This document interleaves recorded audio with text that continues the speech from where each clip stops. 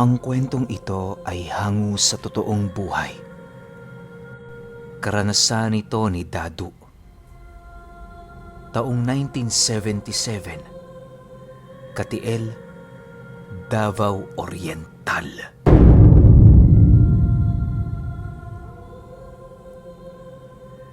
Itong mga panahong ito, papasapit ang Biyernes Santo. Bilang kasapi ng Apostoles ni Kristo itong si Dadu, responsibilidad nilang maglibot sa mga bahay-bahay para bigyan niyo ng dasal at tanda sa pagtatapos ng mahal na araw. Hindi pa man sumasapit ang Biyernes, kung saan-saan na sila pumupunta para maipalaganap ang magandang balita. Ang dahilan kung bakit nasapi si Dadu sa grupong yon, dahil isa siya sa mga binigyan ng milagro ng Panginoon. Inabot din ng 10 taon ang kanyang naging panata bago gumaling ng tuluyan ang balda niyang katawan at ang lumpo niyang mga kamay. Maging ang mga albularyong tumingin sa kanya ay labis na nahiwagaan dahil alam ng mga ito na sa sitwasyon niyang yon, wala na siyang magagawa para doon ay makatakas. Magmula noong gumaling si Dadu, naghanap siya ng mga namamanata kapag Biyernes Santo at doon na nga niya nakilala ang mga apostoles. Simple lang ang kanilang ginagawa kapag sumasapit ang linggo ng Semana Santa. Nagbabahay-bahay sila para maglagay ng tatak ng Panginoon. Dinadasalan din nila ang bahay ng kanilang binibisita nang sa gayoy hindi yun malasin sa buong taon. Sa humigit 6 na taon niyang pagiging kasapi ng apostoles, marami na siyang napuntahan. Lahat ng taong kanilang nakakasalamuha ay tinatanggap sila ng buong puso, nang walang pag-aalangan o pagdududa.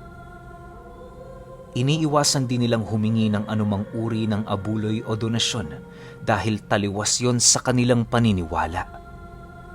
Libre nilang natanggap ang aral ng Panginoon, kaya libre din nila yung ibinabahagi.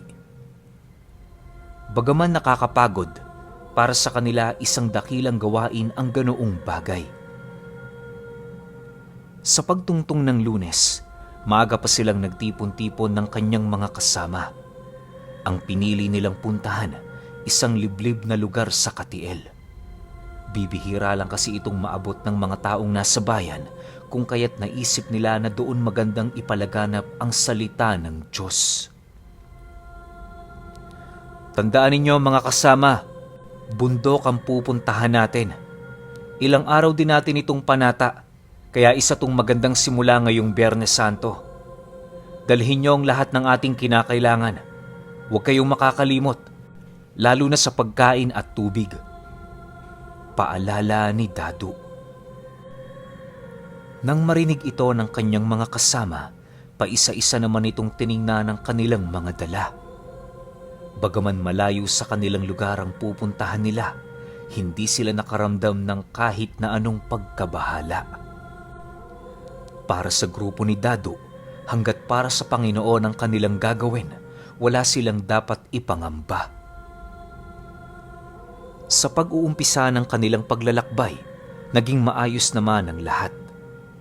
Bawat lugar na kanilang madaanan, sinisigurado nilang natatatakan nila ito sa ngalan ng Ama. Marami namang tao ang natuwa sa kanilang ginagawa dahil walang patid ang kanilang pananampalataya sa loob ng 6 na taon. Sa pagdating nila Dadu sa hangganan ng baryo, doon na nag-umpisa ang seryoso nilang paglalakbay. Kahit hindi sila gaanong komportable sa kanilang paglalakad dahil sa kanilang mga kasuotan, pilit silang nagpatuloy. Malayo man at masukal ang kanilang dinaraanan, wala ni isa sa kanila ang nagrereklamo. Kinahapunan, habang dahan-dahang lumulubog ang araw, nagpasya silang maghanap ng lugar na maaari nilang pagpahingahan. Panatag noon ang kanilang grupo sapagkat isang bundok na lang ang kanilang tatawirin, mararating na nila ang baryo. Hindi naman sila noon gaanong nagmamadali kung kaya't nagpasya silang ipagpatuloy ang kanilang paglalakbay, kinabukasan bago sumapit ang bukang liwayway. Habang nag-aayos sila ng kanilang mga gamit, ang iilan sa kanila ay gumagawa na ng pagkain para sa hapunan at isa na ring apoy malapit sa kanilang tutulugan.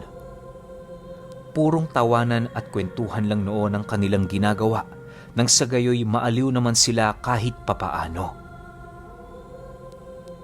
Sa pagsapit ng tulugan, nagpasya si Dadu na siya na muna at ang dalawa niyang kasama ang unang magbabantay.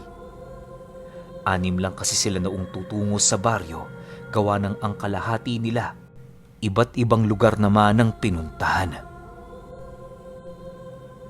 O mga kasama, kami na muna ah. Mamayang alauna gigisingin namin kayo. Matulog na kayo para hindi kayo antukin pag kayo na itong magbabantay. Wika ni Dadu matapos nilang magkasundo. Makalipas ang ilang oras, napatahimik na nga ang buong paligid. Ang mga kasama noon ni Dadu, papikit-pikit na habang nagmamasid. Dahil sa nakapagkape siya noong nagpapahinga pa lamang sila doon, kaya na may hindi siya gaanong inaantok. Kahit anong mangyari, pinipilit niyang maging alerto, gawa ng hindi niya alam kung ano ang mangyayari sa mga susunod na oras. Naniniwala kasi itong si Dadu, napaka-agresibo ng mga nilalang sa kaliwa kapag sumasapit ang linggo ng pagkamatay ni Kristo. Pagpatak ng 11:11 ng gabi, habang unti-unti na siyang umiidlip, bigla naman siya noong nagising nang makaramdam siya ng napakalamig na kamay na dumikit sa kanyang balikat. Pagmulat niya ng kanyang mga mata, tumambad sa kanya ang isang lalaki na napakadungis ng itsura. Dala ng kanyang takot, bigla naman siyang napasigaw at kasabay nito ang hindi niya sinasadyang pagtadyak sa lalaking yon.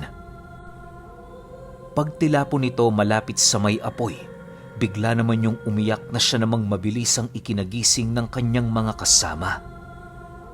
Habang pinagmamasdan nila ang lalaking yon, bakas sa pagmumukha nito ang labis na takot sa kanila. Maging sila Dadu noon, halos hindi makapagsalita dahil sa labis na pagkagulat. Sino ho sila? Pasensya ka na, Manong. Nagulat lang ako kaya natadyakan kita. Wika ni Dadu habang pinapakalma ang lalaki. Ilang minuto pa ang lumipas, kahit papaano'y dahan-dahan ang humuhupa ang tensyon sa paligid. Nang maramdaman nilang kumalma na ang lalaki, doon na nila yun sinubukang tanungin sa kung ano ang ginagawa nito sa lugar na yon. Alam nila Dadu na may kalayuan na ang kanilang kinaroroonan sa baryo, kung kaya't nakapagtatakang may naligaw pa doon. Inakala din nilang magsasaka ito o kung ano, subalit nagkamali sila. Nang makakuha na ng lakas ng loob ang lalaki na sumagot, nanginginig naman itong ipinagtapat sa kanila kung ano ang ginagawa nito sa lugar na yon. Ayon sa lalaki, isa siyang bilanggong takas galing sa baryo na naroon sa ikalawang bundok. Yung mga kasama niya kinatay na, siya na lang yung naiwang natitira. Mariinding ipinagpilitan sa kanila ng lalaking yon na lumayo na sila sa lugar sapagkat ang baryong kanilang madaraanan matapos ang bundok na kanilang pinagpapahingahan ay isang baryo ng mga aswang. Hindi marunong kumilala ang mga nilalang doon, lalo pat kung ordinaryong tao ang maliligaw sa lugar na yon. Dagdag pa nito, na huwag na nilang ituloy ang anumang kanilang binabalak dahil panganib lamang ang naghihintay sa kanila. Matapos marinig ni Dadu ang sinabi nito, maging siya man aminado na kinabahan sa salaysay ng lalaki. Itinuring niya yung totoo at walang halong biro sa kadahilanang habang inilalahad ito ng lalaking yon, nararamdaman nila ang pagiging seryoso nito sa kanyang mga sinasabi. Subalit kahit marami na ang babala na kanilang narinig, ni katiting na pagdadalawang isip hindi sumagi sa kanilang isipan. Matapos itong mailahad ng lalaki, minabuti nilang bigyan niyo ng damit at sapat na pagkain para sa paglalakbay nito patungo sa kanilang tirahan. Binigyan din nila yon ng konting salapi nang sa gayoy meron yung mapag-uumpisahan kahit papaano. Pagkatanggap nito ng lalaki, agad din naman yung nagpaalam sa kanila. Hindi na ito nanatili sa lugar na kanilang pinagpapahingahan na parabang naghahabulyo ng oras. Sige na kaibigan, umuwi ka na. Huwag mo kaming alalahanin dito. Naglalakbay kami para sa panata at hindi sa kung ano. Kapag nakauwi ka na, ibahagi mo sa iyong mga magulang ang mabuting balitang aming dala. Naway sa iyong paglalakbay, gabayan ka ng Ama, Anak at ng Espiritu Santo. Wika ni Dadu sa lalaki. Nang marinig nito ang kanyang sinabi, seryoso naman yung sumagot sa kanya ng, Bahala kayo. Basta hindi ako nagkulang ng pagpapaalala sa inyo. Kapag narating niyo ang lugar na yon, sana buo pa ang paniniwala ninyo. Sige na, mauna na ako. Maraming salamat sa tulong na to. Matapos nitong makapagsalita, dali-dali naman yung tumakbo papalayo sa kanilang kinaroroonan. Kisap mata lang ang naging pagitan ng tuluyan na yung mawala sa kanilang mga paningin. Sa pagbalik ng katahimikan sa paligid, doon nila pinag-usapan ang sinabi ng lalaki. Kahit kasi desidido pa rin si Dadu sa kanilang gagawin, hindi niya maiwasang magdalawang isip ang kanyang mga kasama. Gayunpaman, kahit may mga nagdadalawang isip pa rin sa kanila, nanaig pa rin ang kanilang pananampalataya. Sa pagsapit ng umaga, muling nagpatuloy ang kanilang paglalakbay. Napakaaliwalas noon ang kanilang dinaraanan dahil sa ganda ng panahon at liwanag na nanggagaling sa araw. Nang malagpasan na nila ang bundok, doon na sila unti-unting nakakaramdam ng pagbabago ng simoy ng hangin. Hindi nila alam pero may mga pagkakataong kusang bumibigat ang kanilang pakiramdam kapag merong dumaraang hangin na nagdadala ng malamig na simoy. Bago pa man sumapit ang 9:00 ng umaga, kasalukuyan na nga nilang binabagtas ang gilid ng bundok. Habang dumaraan sila noon sa palayan, kitang-kita nila ang iilang mga magsasaka na abalang-abala sa kanilang mga ginagawa. Ang labis lang na ipinagtataka doon nila Dadu ay kung bakit hindi man lang sila nito sinasalubong. Ang nangyari pa roon, kabaliktaran sa kanilang mga inaasahan. Kapag meron silang nakakasalubong na magsasaka, kahit iisa lang noon ang kanilang dinaraanan, kusa itong naglalakad sa kahon ng palay para lamang sila ay maiwasan. Nagpatuloy ang ganoong kaganapan hanggang sa marating nila ang pinakasentro ng baryo. Pagdating nila sa lugar na kanilang nais puntahan, bumungad sa kanila ang napakaraming kalat sa buong paligid.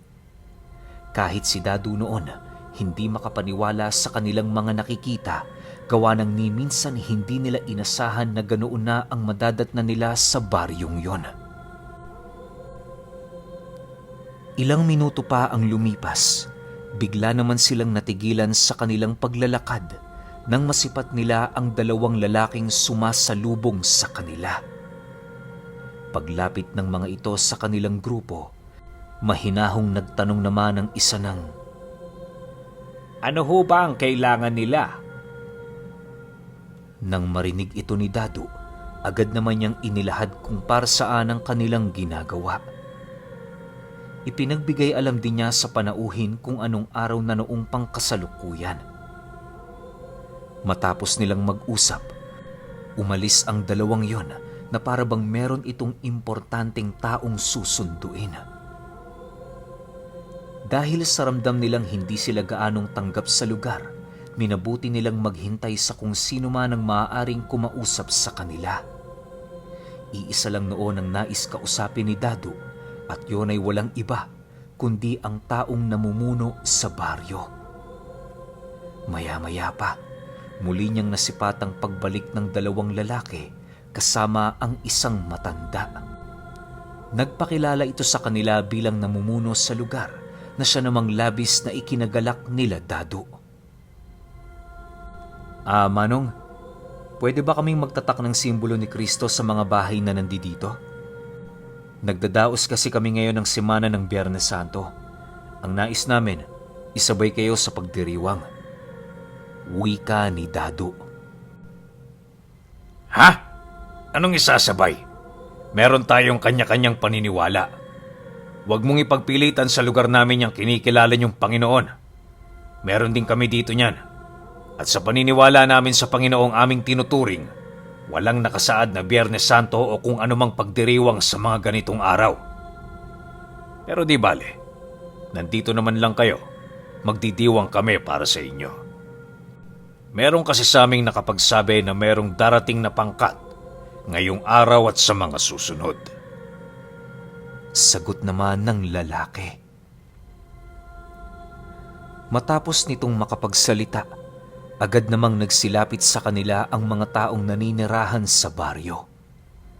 Bagaman abala ang mga ito sa kanilang gawain, pinilit nilang mabigyan ng pagkakataong kausapin at bigyan ng pansin ang pangkat ni Dadu. Sa isang iglap, biglang uminit ang pagtanggap nito sa kanila na halos kani-kanina lang ay parabang hindi sila nito nakikita. Upang hindi nila mapahiya ang mga taong naroon sa baryong yon, ginawa nila ang lahat ng kanilang makakaya para yon ay pakisamahan. Inaasahan na nilang malilipasan sila doon ng gabi, kung kaya't humingi sila ng isang kubong matitirhan sa pinuno ng baryo. Kampante naman noon sila Dadu kahit papaano, gawa ng ang buong akala nila, mga ordinaryong tao lamang ang naroroon. Sa pagtalikod ng araw sa kalupaan, nabalot ng kasiyahan ang buong baryo. Nagkawatak-watak sila ng kanilang mga kasama dahil ang mga ito ay nahumaling sa mga magagandang babaeng pilit na umaakit sa kanila. Habang lumalalim noon ang gabi, napapansin ni Dadu ang dahan-dahang pag-iba ng buong paligid. Kung kaninang umaga ay hindi pa siya gaanong naaalarma, noong gabi, pakiramdam niya ay pinaliligir na sila ng mga demonyong hayok na hayok sa karne ng tao. Lahat kasi ng mga kumakausap noon sa kanila, nanlilisik ang mga mata na parabang meron yung ipinapahiwatig. Kahit hindi rin nakakatawa ang kanilang mga sinasabi, tumatawa ang mga ito na parabang ang pakikipag-usap nito sa kanila, pagpapakitang tao lang. Bago tumungtong ang 12:00 ng hating gabi, merong nasipat si Dadu ng isang pamilya na naglalakad papasok sa baryo buntot-buntot ang iilang mga magsasakang nakita nila kanina. Habang papalapit yun sa sentro, kitang-kita niyang ginagabayan ng mga taga-baryo ang mga anak nito patungo sa ibang lugar. Ang mag-asawa naman, tulalang sumusunod sa dalawang lalaki na animoy gumagabay sa mga ito. Paglapit ng mag-asawa sa pinuno ng baryo, agad naman yung sumenyas na dalhin ang dalawang yon sa likurang bahagi ng kanyang kubo. Sa pagkawala ng mga ito sa kanyang paningin, mahinahon naman niyang sinenyasan ang kanyang mga kasama ukol sa mga nangyayari. Inutusan niya din ang isa sa mga ito na hanapin pa ang dalawa sa kanila, subalit bigo nila yung makita. Makalipas pa ang ilang minuto, tumigil ang kasiyahan sa lugar. Nag-umpisa na ding mamatay ang mga siga sa paligid na siyang naging sanihi para magpasya silang pumasok sa kubong kanilang tinuluyan. Pagkasara pa lamang noon ni Dadu sa pinto, bigla naman sila noong naalarma Nang marinig nila ang pagsigaw ng isang lalaki sa labas. Kahit medyo garugal ang boses nito, alam na alam nilang apat na isa yon sa kanilang kasama. Naramdaman pa nila yung pilit tumakbo papalayo, subalit bumagsak din yon sa lupa. Matapos ang pangyayari, narinig na lamang nila ang kakaibang mga alulong sa buong paligid. Napakaraming nilalang ang nananakbo sa labas ng kubo na siya namang labis nilang ikinatakot ng husto. Maya-maya pa, nakaamoy na lamang sila ng dugo sa hangin, indikasyon na merong pinaslang na tao di kalayuan sa kanilang kinaroroonan. Sa pagkawala ng amoy na yon, agad namang bumalik ang katahimikan sa buong lugar. Sila Dadu noon, takot na habang patuloy na hinahawakan ang kanilang mga dalang krus na gawa sa kahoy. Ilang minuto pa ang lumipas, narinig na lamang nila ang mga kakaibang ingay sa labas ng bahay na sinundan naman ng paggapang sa itaas ng kubong kanilang kinaroroonan. May mga naririnig na din silang nag-aangil pero hindi nila ito gaanong iniintindi. Upang maitaboy ang mga nilalang na yon, pinilit nilang mag-usal ng taimtim sa kabila ng takot na kanilang nararamdaman sa kanilang mga sarili. Habang papalakas ang pagdarasal noon nila Dadu, rinig na rinig naman nila ang isang nilalang na nagdadasal din ng Latin, pero pabaliktad. May mga tumatawa na din at umiiyak sa paligid, at ang higit na nagbigay ng takot sa kanilang mga sarili ay ang mamatay-matay na pag-iyak ng isang sanggol. Maya-maya pa, laking gulat na lamang niya nang makarinig siya ng boses ng isang matanda na nagsasabi ng, "Mali kayo ng baryong pinuntahan. Tingnan natin kung yung Diyos nyo matulungan kayo rito."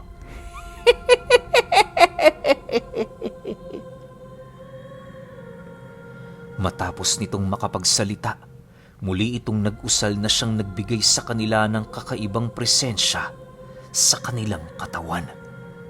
Si Dadu noon unti-unti nang tinatanggap na malapit na silang mamatay, gawa ng ramdam niya sa paligid ang pagpapaikot sa kanila ng iba't ibang uri ng mga nilalang. Sa sobrang takot nila noon, ni isang hakbang hindi nila kayang gawin.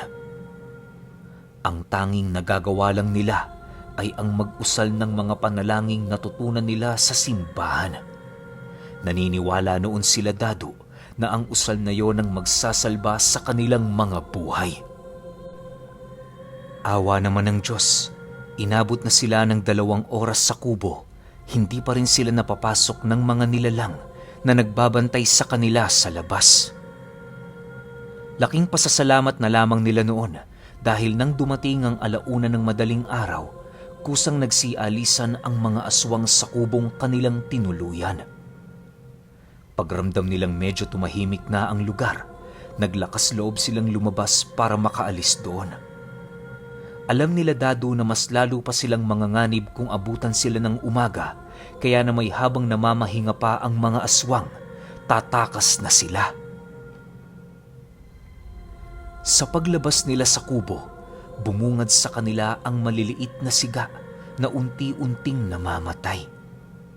Pagsilay nila sa pinakagitnang parte ng baryo, bigla namang nanlaki ang kanilang mga mata nang masipat nila ang 2 nilang kasamang nakatuhog sa kawayan habang umiikot sa ilalim ng apoy na merong maliit na baga. Dilat na dilat ang mga mata nito at animoy dumanas yun ng labis na pagpapahirap bago bawian ng buhay.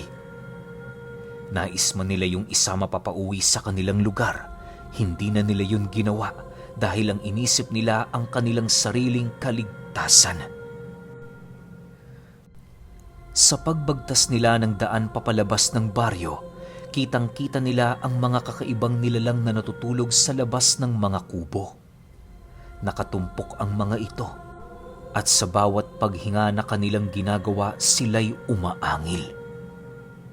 Si Dadu noon, nanginginig na ang tuhod habang naglalakad, gawa ng iniisip niya na kapag nakagawa sila ng ingay, maaari yung magising at sila'y lapain.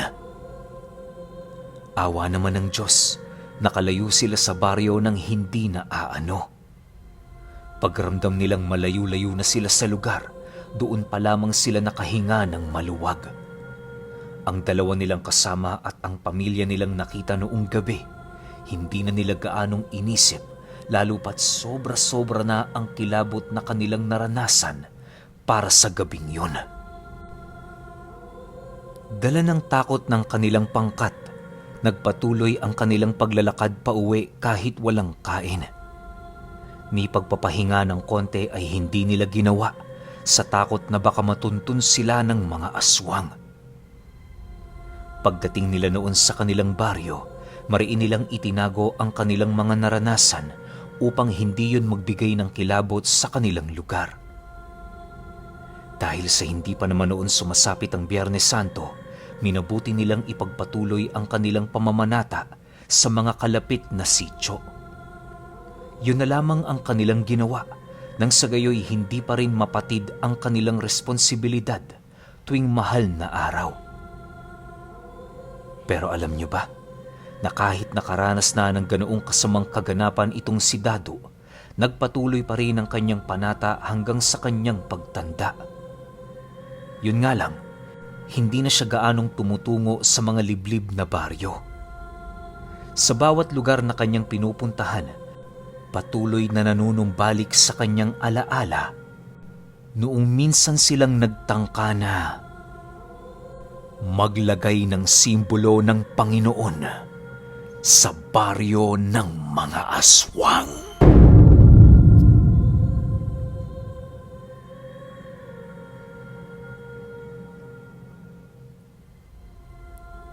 Okay, opinyon ko sa kwento. Unang-una, alam naman natin lahat na sobrang nakakatakot yung nangyaring trahedya dito sa grupo nila Dadu. Tapos ang masakit pa nito, namatayan sila ng mga kasama. Sayang lang no, hindi na nabanggit ni Dadu kung ano nangyari dun sa pamilya nung dalawa nilang kasamang namatay. Hinanap ba sa kanila? Binalikan ba nila yung baryo? Parang wala parang biglang fast forward na lang kaagad. Tapos pinaliwanag lang kung ano pa yung mga ginawa ni Dadu nung mga panahong nabubuhay pa siya na ipinagpatuloy nila yung panata nila sa Diyos, which is napakaganda naman. Kasi talagang etong paniniwala ni Dadu hanggang kamatayan na to Kasi nga naman, nagawan siya ng milagro ng Panginoon. Kahit sino naman siguro na kapag nagawa ng matinding milagro, talagang ibibigay na yung buong buhay niya para kay Lord, para sa Diyos, para sa Panginoon, di ba? Yun lang yung pinaka nakikita kong napakagandang parte sa kwento na to. Tsaka, nagtataka lang ako, hindi naman alam nila Dadu na baryo yun ng mga aswang. Ang gusto lang nila talaga maglagay ng simbolo, di ba? Pero yun nga lang, siguro sa taon-taon nilang ginagawa yung ganun, lahat ng mga kalapit sityo, baryo nila, nalagyan na nila ng simbolo ng Panginoon di ba? Pero yun na lang siguro yung natitira, yung nasa malayong lugar. Kaso nga lang, di sila nag-success Kasi nga, baryo nga naman ng mga aswang. Anong alam nila Dadu? Tapos yung bigay sa kanilang babala ng lalaki, hindi nila pinansin. Kasi nga, purong-puro yung puso nila na gawin yung panata nila tuwing mahal na araw, di ba? Kaya hindi rin natin masisisi itong grupo ni Dadu kung meron man nangyari sa mga kasama nila. Pero kayo, kung may opinyon kayo sa kwentong ito, i-comment nyo lang sa baba. Yun lang. Hanggang sa susunod na kwento. Salamat.